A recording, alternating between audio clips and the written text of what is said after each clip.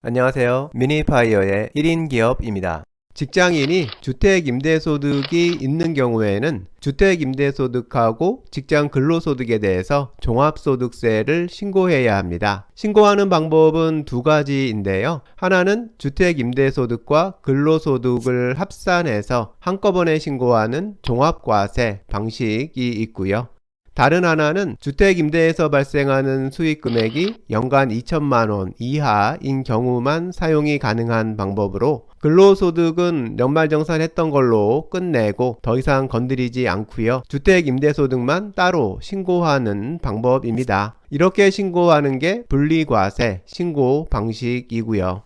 보통은 근로소득과 임대소득을 따로 떼어서 분리과세로 신고하는 경우가 많은데요. 두 가지 소득을 합쳐서 신고하면 납부할 세금이 늘어나는 경우가 많기 때문입니다. 분리해서 따로 신고할 때 세금이 더 적게 나오는 경우가 많은 건데요. 하지만 그렇다고 항상 분리과세가 유리한 건 아니니까 주의할 필요가 있습니다.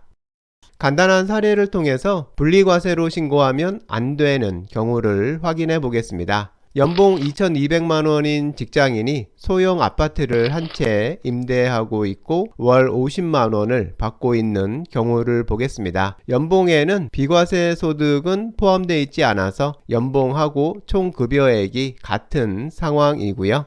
직장 연말정산에서는 배우자 1명, 자녀 1명 해서 인적공제 2명 적용했었고 국민연금 120만원만 적용해서 소득공제 적용을 끝냈고요. 세액공제로는 자녀 세액공제, 표준 세액공제, 근로소득공제만 적용했었는데요. 이렇게 연말정산을 했을 때 납부했던 근로소득세는 0원이었습니다.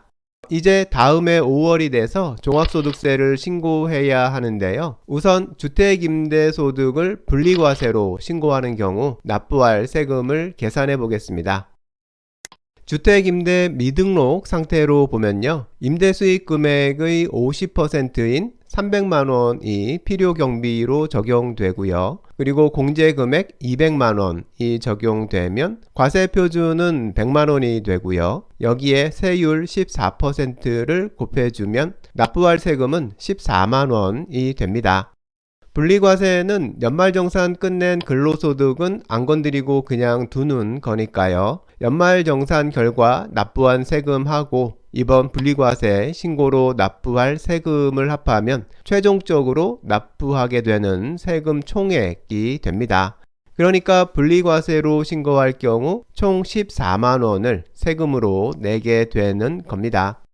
다음으로 종합과세로 신고할 경우를 계산해 보겠습니다. 종합과세 방식은 종합소득세를 계산하는 계산 과정에 따라서 계산해야 하는데요. 먼저 종합소득 금액을 구해보면 근로소득은 총 급여액이 2,200만원이니까 근로소득 금액은 1,345만원이 되고요. 이번에는 주택임대소득 금액을 구해보면 총 수입 금액 600만원에서 단순 경비율로 42.6%를 적용해주면 임대소득 금액은 344만 4천원이 됩니다. 이 두 가지 금액을 합해주면 종합소득 금액은 1689만 4천원이 되고요. 이제 종합소득세 계산 과정을 따라가면 되는데요. 종합소득 금액 1689만 4천원에 앞에서와 동일한 소득공제 적용해주면 과세표준 금액은 1119만 4천원이 됩니다. 다음으로 과세표준 금액에 따라서 세율 6%를 적용해주면 산출세액은 67만 1640원이 되고요. 이제 여기에다가 세액공제도 연말정산 때 했던 내역대로 적용해주면 최종 납부해야 할 세금 금액은 97,545원이 됩니다. 앞에서 분리과세로 계산했던 14만원보다 더 적은 98,000원 정도를 납부하게 되는 겁니다. 사례로 살펴본 내용을 정리해보면요. 종합과세 방식으로 신고할 때 종합소득 과세표준 금액이 세율이 6%가 적용되는 범위라면 종합과세 방식이 분리과세 방식보다 세금이 더 적게 나오는 경우가 많습니다. 게다가 만일 소득공제나 세액공제를 받을 항목이 많은 상황이라면 종합과세 방식이 세금을 더 적게 내게 될 상황이 더 많아지고요.